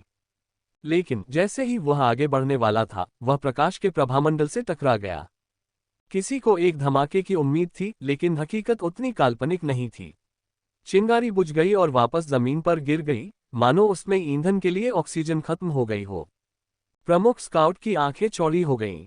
उसने मुंह खोला और जोर से दहाड़ा। उसकी चीख इतनी तेज थी कि उसके पीछे आए 6 लोगों ने अपने कान बंद कर लिए और जबड़े भींच लिए। जब मुख्य स्काउट ने ये कार्रवाई पूरी की तो वह निश्चिंत हो गया, उसकी बेचैन भावनाएं व्यंग्य में बदल गईं। उसने धीरे से अपनी कमर पर रखे 2 खंजर निकाले। उसे लगा कि अब सब कुछ खत्म हो गया है। अब जब उन्हें पता चल गया है कि पृथ्वी ने वाकई अतिरिक्त सैनिक भेजे हैं, तो उनके लिए एक एक करके घेरकर मार डालना बिल्कुल आसान होगा। पृथ्वी पर अब तकनीक नहीं थी, इसलिए हवा के जरिए अतिरिक्त बल भेजना लगभग नामुमकिन था। उनके पास पहले से हवाई इकाइयां तैयार करने का कोई तरीका नहीं था, और अगर होती भी तो वे टैरन की ऊपर निगरानी कर रही इकाइयों से मुकाबला नहीं कर पाती। तो उनके पास जमीनी सेना भेजने के अलावा कोई चारा नहीं था। लेकिन इतने घने जंगल में वे असल में कितने सैनिक भेज सकते थे? अगर वे होशियार होते तो वे कुछ तुरुप के पत्तों के साथ कुलीन वर्ग की एक छोटी टुकड़ी भेज देते। प्रकाश का वह गोला स्पष्ट रूप से पृथ्वी के तुरुप के पत्तों में से एक था, लेकिन इसने पृथ्वी की नासमझी को भी दर्शाया। सिर्फ औजारों से ही नहीं, और भी बहुत कुछ था जिनसे जूझना था। अगर पृथ्वी विभिन्न क्षमताओं का मुकाबला करने के तरीके भी नहीं खोज पाती, तो वे खत्म हो जाते। यह एक आदर्श उदाहरण था। वे अपने सिग्नल की चमक को रोकने के लिए तैयार थे, लेकिन उनके पास उसकी चीख को रोकने का कोई तरीका नहीं था। प्रमुख स्काउट का व्यंग्य और गहरा हो गया। कितनी नई दुनिया है। साफ है कि तुम इन जमीनों के लायक नहीं हो, इसलिए हमें इसे तुम्हारे हाथों से लेने में खुशी होगी। ठीक उसी समय लियोनेल और आयना प्रकट हुए। वे पेड़ों के बीच से गुजरे, एक के हाथ में एक बड़ी तलवार थी और दूसरे ने अपनी हथेली घुमाकर एक काला धनुष निकाला। आयना आगे बढ़ती रही, जबकि लियोनेल फुर्ती से उछल पड़ा। उसके पैर पेड़ों की सख्त छाल से टकराकर ऊपर की ओर उड़ गए। उसने अपने पीछे सोने की एक लकीर छोड़ी, और एक पल के लिए उसकी बाहें मानो किसी पक्षी के पंखों में फैल गई हों। अपने सुंदर बर्फीले नीले सफेद मुखौटे के पीछे आयना प्रकाश के प्रभामंडल में अंतिम बाधा को पार कर गई। उसकी तलवार धूमकेतु की पूंछ की तरह उसके पीछे चल रही थी। एक छोटी बच्ची, क्या यह मजाक है? मुख्य स्काउट अपनी हंसी रोक नहीं पाया। ठीक है, मैं तुम्हारा वह छोटा सा मुखौटा उतार कर देखता हूं कि उसमें कैसी खूबसूरती छिपी है। लियोनेल ने जमीन से 15 मीटर ऊंची एक शाखा पर हल्के से पैर रखा। तेजी से चलते हुए उसने एक साथ 6 तीर चलाए। उसकी आंखों में एक ठंडी गणनापूर्ण चमक थी। जब तक आयना अपनी तलवार मुख्य स्काउट की ओर घुमाने के लिए तैयार हुई, तब तक वह अपनी धनुष की डोरी पीछे खींच चुका था। अपनी काया में चौथे आयाम तक पहुंचने के बाद भी लियोनेल अपनी धनुष की डोरी को केवल 50% से थोड़ा ज्यादा ही पीछे खींच पाया, जिससे उसके धनुष की प्रचंड शक्ति का स्पष्ट प्रदर्शन हुआ। लेकिन 50% भी लगभग जरूरत से ज्यादा था। शू! जैसे ही आयना ने अपनी तलवार मुख्य स्काउट की ओर घुमाई, लियोनेल ने एक साथ 6 तीर छोड़ दिए। उस पल मुख्य स्काउट के चेहरे पर आखिरकार भाव बदल गए। अंतर इतना साफ था कि वह उसे कैसे नजरअंदाज कर सकता था। एक पल के लिए तो उसे आयना की तलवार की सीटी या लियोनेल के तीरों की तेज आवाज सुनाई नहीं दी, लेकिन अगले ही पल उसने उसकी इंद्रियों पर ऐसा प्रहार किया मानो वे उसे किसी और चीज पर ध्यान केंद्रित ही नहीं करने दे रही थी। नहीं, दुर्भाग्यवश प्रमुख स्काउट को यह समझने में बहुत देर हो चुकी थी कि उसकी पहली प्रवृत्ति भागने की होनी चाहिए थी। लियोनेल के तीर ने 6 खोपड़ियों को छेद दिया, जबकि आयना की तलवार ने मुख्य स्काउट को 2 भागों में विभाजित कर दिया। लियोनेल जमीन पर उछल पड़ा, उसके भारी गिरने से मिट्टी हिलने लगी। यह अच्छी तरह से काम कर गया, आयना ने कहा, लेकिन इसमें अभी भी कुछ खामियां हैं। लियोनेल ने सहमति में सिर हिलाया। एक ज्यादा समझदार स्काउट को यह अंदाजा हो जाता कि वे कुछ भी जल्दी नहीं सुन सकते। इस बार हम भाग्यशाली रहे क्योंकि इस व्यक्ति को अपनी सुनने की क्षमता कमजोर होने की आदत है, लेकिन जरूरी नहीं कि ऐसा दोबारा हो। जिस तरह से वह और आयना जंगल में दौड़ रहे थे, उनके कदम कितने भी हल्के क्यों न हो, उनके लिए एक भी आवाज न करना नामुमकिन था। एक समझदार स्काउट बहुत जल्दी समझ जाता कि लियोनेल द्वारा लगाया गया अवरोध उनके सिग्नल फ्लेयर्स और उनकी किसी भी आवाज को रोक सकता था। एक बार जब उन्हें यह एहसास हुआ, तो उनकी पहली प्रवृत्ति जमीन पर टिके रहने के बजाय भागने की रही होगी। आखिरकार उन्हें बस सिग्नल भेजने के लिए प्रभामंडल के 10 मीटर के दायरे से बाहर निकलना था। भले ही वे बच न पाए, लेकिन स्काउट के तौर पर इतनी मूल्यवान जानकारी वापस भेजना उनकी जिम्मेदारी थी। लेकिन सौभाग्य से विडंबना यह है कि उसकी चिल्लाने की क्षमता के कारण मुख्य स्काउट और उसके पीछे आने वाले 6 स्काउट्स की सुनने की शक्ति कमजोर हो गई थी। इसलिए उसे इस अजीबोगरीब घटना का पता तब तक नहीं चला जब तक बहुत देर हो चुकी थी। क्या ध्वनि फिल्टर को एक तरफा बनाना संभव है? आयना ने पूछा। ये संभव है, लेकिन इससे उत्पादन का समय दोगुना हो जाएगा। समय की कमी के कारण मुझे यकीन नहीं है कि यह इसके लायक है या नहीं। लियोनेल ही एकमात्र व्यक्ति था जो इन प्रकाश गोलों को बना सकता था। और दुर्भाग्य से ये एक बार इस्तेमाल होने वाली वस्तुएं थीं और इनका जीवनकाल बहुत सीमित था। इसका मतलब था कि उसे हर काम के लिए एक नया बनाना होगा। उत्तर पश्चिम की टीम अपने छिपने के ठिकानों से बाहर निकली और अपनी गति का प्रदर्शन लियोनेल और आयना से भी ज्यादा तेज कर दिया। कम से कम यह उस गति से तो आगे निकल ही गया जो उन्होंने अब तक दिखाई थी। ऐसा लग रहा था कि यह टीम वाकई काफी सक्षम थी। कप्तान, लियोनेल ने सिर हिलाया। ठीक है, यह क्षेत्र अभी भी आपकी जिम्मेदारी है। लियोनेल ने अपना हाथ उठाया और अग्नि तत्व बल का एक उभार उत्पन्न किया, जिससे उसके सामने पड़ी 7 लाशें जल गईं। प्रकाश का प्रभामंडल स्पंदित हुआ, जिससे जलते हुए मांस की गंध शुद्ध हो गई और फैल गई। ऐसा कहकर लियोनेल और एना मुख्य समूह की ओर वापस चले गए। उत्तर पश्चिमी दस्ते के सदस्यों ने एक दूसरे को गहरी निगाहों से देखा। लियोनेल के आदेश पर शुरुआत में उन्होंने ही गोला फेंका था, इसलिए वे इस ऑपरेशन का एक अभिन्न हिस्सा थे। उन्हें कहना ही पड़ा कि वे इसकी कुशलता से हैरान थे। अगर चीजें इसी तरह चलती रहीं, तो उनके अच्छा प्रदर्शन करने की अच्छी संभावना थी। यह उन्हें ये बताने के लिए काफी था कि हालांकि उनकी शैलियां अलग थीं, लियोनेल की नेतृत्व क्षमता नूह से कम नहीं थी। लेकिन जहां वे अलग थे, वह लियोनेल के कौशल की उपयोगिता में था।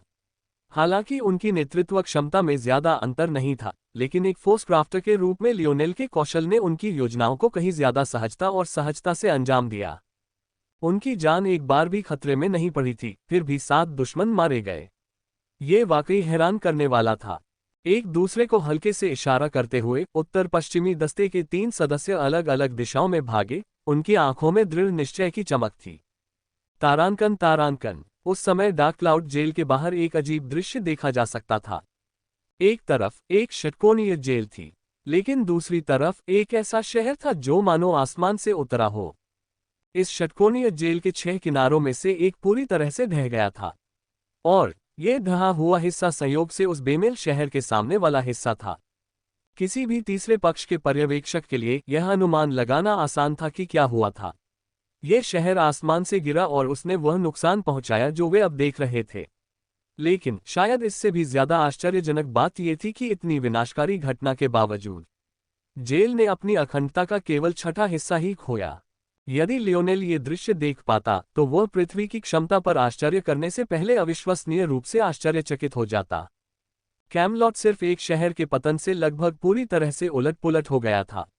हालांकि वह शहर डार्क क्लाउड जेल से आधा किलोमीटर भी दूर नहीं गिरा था, फिर भी उसे सिर्फ एक तरफ से ही नुकसान हुआ। हालांकि उस समय डार्क क्लाउड जेल के गार्ड और वार्डन को किसी बात की खुशी नहीं थी। जेल की सुरक्षा व्यवस्था खतरे में पड़ने के साथ कैदियों के एक बड़े समूह को दशकों में पहली बार दिन की रोशनी मिली। उन्हें यह नहीं पता था कि डार्क क्लाउड जेल की पाबंदियां सिर्फ दीवारों और सलाखों तक ही सीमित नहीं थीं। जेल की सामग्रियां ही शक्ति के प्रवाह को रोकने में सक्षम थीं। इस वजह से जो लोग अपनी क्षमताओं को सफलतापूर्वक जागृत कर लेते थे, उनके लिए भी उन्हें महसूस करने और उनका उपयोग करने का मौका बहुत कम होता था। यह तकनीक फोर्स डिसरप्शन टावर्स से भी आगे निकल गई। चौथे आयाम के अवतरण से भी इस पर कोई असर नहीं पड़ा, क्योंकि ये चौथे आयाम की ही धातुओं पर निर्भर थी। टेरन को इस तथ्य की जानकारी थी या नहीं, ये तो पता नहीं, लेकिन यह तो तय था कि जेल के ढहने के साथ ही इस व्यवस्था पर भी असर पड़ा। हालांकि ये विशेष धातुएं कुछ मामलों में प्रभावी थीं, लेकिन इनमें फोर्स डिसरप्शन टावर्स की तुलना में कहीं अधिक सीमाएं थीं। सिर्फ उनके आसपास होना ही काफी नहीं था, किसी को उनसे घिरा होना या उनके संपर्क में रहना जरूरी था। इसके अलावा जिस तरह चौथे आयाम में फोर्स डिसरप्शन टावर बेकार थे, उसी तरह ये धातुएं 5वें आयाम और उससे ऊपर की क्षमताओं के सामने बेकार थीं। इसके कारण शहर के प्रकट होने से कई कैदी, जो अतीत में अपनी क्षमताओं के बारे में नहीं जानते थे, अचानक प्रबुद्ध हो गए, जिससे अराजकता फैल गई। जेल के गलियारों में लड़ाई की आवाज गूंज रही थी, जो उसकी टूटी और गिरती दीवारों से बाहर आ रही थी। लेकिन जल्द ही यह उनकी सबसे छोटी चिंता बन जाएगी। सिटी लॉर्ड हरग्रोव, एक दुबला पतला आदमी जिसकी लटकती हुई ग्रे मूंछें उसकी छाती तक फैली हुई थीं, शहर की दीवार के ऊपर खड़ा था और जेल को ऐसे देख रहा था जैसे वह कोई शिकार देख रहा हो। डार्क क्लाउड के कैदियों, उसकी आवाज अचानक गूंज उठी, ढही हुई दीवारों से गूंज उठी। क्या तुम आजादी चाहते हो? क्या तुम बदला चाहते हो? पृथ्वी के साम्राज्य ने तुमसे छीनने के अलावा कुछ नहीं किया है, क्या तुम उनसे इसकी सजा चाहते हो? क्या तुम राजधानी को खून से लथपथ देखना चाहते हो? क्या तुम सम्राट फॉक्स का सिर भाले पर देखना चाहते हो? हमारे साथ जुड़ें। धनुर्धारी। नगरपाल हरग्रोव की आवाज एक बार फिर गूंजी। एक पल में शहर की दीवारों पर इस अकेले कमजोर से दिखने वाले नगरपाल के अलावा कोई नहीं था। लेकिन अगले ही पल 100 से ज्यादा तीरंदाजों की 2 कतारें दिखाई दी, जिनमें से हर एक की आंखों में किसी विशेषज्ञ जैसी चमक थी। ये बात बहुत जल्दी साफ हो गई कि हरग्रोव का जेल में घुसने का कोई इरादा नहीं था। वह ऐसा बेतुका काम क्यों करेगा? नहीं, उसका मकसद साफ था। इस जेल से भागने वाले किसी भी गार्ड या वार्डन की आंख में तीर लग जाएगा। कैदियों का तो खुले दिल से स्वागत होगा। पृथ्वी के कैदियों ने 2 अवसर प्रदान किए। वे न केवल प्रतिभाशाली व्यक्तियों की एक बड़ी संख्या प्रदान करते, बल्कि 5वीं पीढ़ी के व्यक्तियों की संख्या भी उतनी ही बढ़ा पाते। इस प्रकार एक ही तीर से 2 शिकार किए जा सकते थे। डार्क क्लाउड प्रांत में एकमात्र बड़ा खुला मैदान यही था। षटकोणीय जेल के चारों ओर लगभग 1 किलोमीटर तक सिर्फ सपाट कंक्रीट ही थी। हारग्रोव शहर के आगमन के साथ ये कंक्रीट अब मकड़ी के जाले जैसी दरारों से भर गई थी, लेकिन यह अपना काम बखूबी कर रही थी। छिपने के लिए कोई स्थान न होने पर डार्क क्लाउड जेल के रक्षक 100 विशिष्ट तीरंदाजों के हमले से स्वयं को कैसे बचा सकते थे? तभी मलबे के पीछे से एक सिर झांका। धूल और कालिक से उसका चेहरा ढका हुआ था, जिससे पहली नजर में ये पहचानना मुश्किल हो रहा था कि वह पुरुष है या महिला। ऐसा लग रहा था कि वह व्यक्ति जो भी हो, उसने अपना सिर मुंडवा लिया था। जब इस कैदी ने दूर से तीरंदाजों की कतारें देखीं तो वे घबरा गए और पीछे हट गए। हालांकि जल्द ही वे शांत हो गए। अगर लियोनेल वहां होता तो उसे यह जानकर आश्चर्य होता कि वह इस व्यक्ति को पहचानता है। यह कोई और नहीं बल्कि स्लेयर लीजन के पदावनत वाइस कमांडर डेमियन का छोटा भाई था। वहां एक विशाल शहर अचानक प्रकट हो गया है, डेमियन ने अपने पीछे आए कैदियों को बताया। उनके पास 100 तीरंदाज तैयार खड़े हैं। उनमें से कुछ ऐसे भी थे जिन्होंने उस दिन हमला किया था, जिनमें उसका बड़ा भाई जोसेफ भी शामिल था। कोई सोच सकता है कि विद्रोहियों के सबसे कुख्यात समूह के सदस्य होने के नाते उन्हें डार्क क्लाउड जेल के कहीं गहरे हिस्से में डाल दिया गया होगा। लेकिन उनके आवंटन से पता चलता है कि साम्राज्य उनके समग्र प्रयासों के प्रति कितना उदासीन था। एक समय स्लेयर लीजन का उप कमांडर होने के बावजूद, उनमें से सर्वोच्च श्रेणी का कैदी होने के बावजूद, जोसेफ बाकी कैदियों की तरह अभी भी एकमात्र सी ग्रेड कैदी था। सच तो यह है कि इस तरह के व्यवहार ने उन्हें किसी भी चीज से ज्यादा आहत किया था। वे तो चाहते ही थे कि उनके साथ सबसे घटिया व्यवहार किया जाए, उन्हें कम खाना दिया जाए, मारा पीटा जाए और उनके साथ दुर्व्यवहार किया जाए। लेकिन असल में उन्हें एक आरामदायक कोठरी, दिन में 3 बार खाना और अपनी भड़ास निकालने के लिए एक मनोचिकित्सक मिला। ऐसा महसूस हुआ जैसे वे अपराधी नहीं बल्कि ऐसे बच्चे थे जिन्हें समय सीमा से बाहर रखा गया था, जिन्होंने अपने लिए बेहतर भविष्य बनाने के लिए हर दिन अपनी जान जोखिम में डाली थी। यह उनके लिए पहले कभी अनुभव किए गए किसी भी अपमान से बदतर था और इस तरह के व्यवहार ने साम्राज्य के प्रति उनकी नफरत को और भी अधिक तीव्र कर दिया। और इसके साथ ही लियोनेल के प्रति उनकी नफरत आनुपातिक रूप से बढ़ गई। जब डेमियन की फुसफुसाहट उनके कानों तक पहुंची तो कैदी कुछ घबरा गए। सच तो ये था कि उनमें से ज्यादातर कोई खूंखार अपराधी नहीं थे। स्लेयर लीजन के सदस्यों को छोड़कर बाकी लोगों ने तो बस छोटे मोटे अपराध ही किए थे। ऐसी स्थिति का सामना करते हुए उनमें से कई समझ नहीं पा रहे थे कि कैसे प्रतिक्रिया दें। ये जानकर इसमें कोई आश्चर्य की बात नहीं थी कि स्लेयर लीजन के लोग इतना अपमानित महसूस कर रहे थे। उन्हें उन्हीं कोठरियों में रखा गया था जिनमें उन पुरुषों और महिलाओं को रखा गया था जिनका सबसे बड़ा अपराध शायद गलत जगह पर घुसपैठ करना या दुकान से चोरी करना रहा हो। उनमें और स्लेयर लीजन के सदस्यों के बीच एकमात्र अंतर ये था कि वे तो बाहर निकल जाएंगे, लेकिन स्लेयर लीजन के लोग जीवन भर यही रहेंगे। अब तक ये निश्चित रूप से कोई छल नहीं है, जोसेफ बोला। उसके चेहरे पर पहले की तुलना में अब उतनी खुशी नहीं थी। अगर साम्राज्य हमें ठगना भी चाहता तो भी वे ऐसा करने के लिए जेल को नष्ट नहीं करते, और वे सम्राट फॉक्स के बारे में बुरा भला कहने की हिम्मत तो बिल्कुल नहीं करते। ज्यादा संभावना यही है कि वे तीरंदाज हमारी रक्षा के लिए वहां मौजूद हों। लेकिन क्या हमें सचमुच उन पर भरोसा करके चले जाना चाहिए? हमें नहीं पता कि ये लोग कौन हैं, उन्होंने अपनी संबद्धता की घोषणा नहीं की है, डेमियन ने धीरे से कहा। डेमियन और जोसेफ ने साम्राज्य की कठोरता को समझते हुए भी इतनी जल्दी भागने का प्रयास किया। इसका एकमात्र कारण ये था कि उन्होंने सोचा कि शायद स्लेयर लीजन अंततः बड़े पैमाने पर कार्रवाई कर रहा है। सच तो ये था कि डेमियन और जोसेफ द्वारा रॉयल ब्लू फोर्ट पर कब्जा करने की पागलपन भरी कोशिश करने से पहले स्लेयर लीजन किसी तैयारी में था। वे क्या योजना बना रहे थे, इस बारे में दोनों भाई निश्चित नहीं थे, लेकिन उन्हें लग रहा था कि अगर उन्होंने आगे कोई बड़ी छलांग नहीं लगाई तो वे पीछे छूट जाएंगे। जाहिर है उनकी कोशिश नाकाम रही, लेकिन अब उन्हें उम्मीद थी कि ये मामला स्लेयर लीजन से जुड़ा होगा। लेकिन अगर सच में ऐसा था तो उन्होंने इसकी घोषणा क्यों नहीं की? शुरू से आखिर तक हरग्रोव ने उनकी उत्पत्ति का जिक्र तक नहीं किया, जिससे भाइयों को ऐसी अनजानी चीज पर भरोसा करने में घबराहट होने लगी। खैर, वे मूर्ख तो नहीं थे। इस द्वार तक पहुंचने वाले पहले कैदी होने के नाते वे स्पष्ट रूप से सबसे ऊंची मंजिलों पर थे। इसलिए इस जेल में उन्हें जो यातनाएं झेलनी पड़ी उन्हें नगण्य माना जा सकता था। वे उन और डाक कैदियों जितने हताश नहीं थे।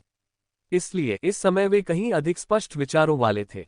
जोसेफ हिचकिचाया अपने भाई की बात सच पाकर। इस समय उसमें पहले जैसी निर्णायकता नहीं रही। वह व्यक्ति जो एक साधारण उपसेनापति के रूप में साम्राज्य के एक किले पर हमला करने का साहस रखता था, अब यहाँ नहीं था। डेमियन की नजरें अपने भाई के उस खोखले रूप को देखकर गुस्से से भर गईं, लेकिन उसने कुछ और नहीं कहा। अब शायद वह बड़ा भाई, जिसे वह जानता था, अब कभी वापस नहीं आएगा। हालांकि उसी समय एक गूंजती हुई हंसी ने ढह चुके हॉल को हिला दिया। टकराना। एक आदमी नीचे की मंजिल से उछला, दीवारों को तोड़ता हुआ और जेल से बाहर निकल गया। स्वतंत्रता। उसकी दहाड़ इतनी तेज थी कि उसके पैरों के नीचे का कंक्रीट भी टूट गया। आदमी की निगाहें दूर स्थित शहर पर टिकी थीं। साम्राज्य को नष्ट कर दोगे? सम्राट का सिर भाले पर। मुझे नहीं पता कि यह साम्राज्य क्या है या सम्राट कौन है, लेकिन मैं फिर भी तुम्हारा प्रस्ताव स्वीकार करूंगा। एक जोरदार हंसी ने डार्क क्लाउड प्रांत को हिलाकर रख दिया।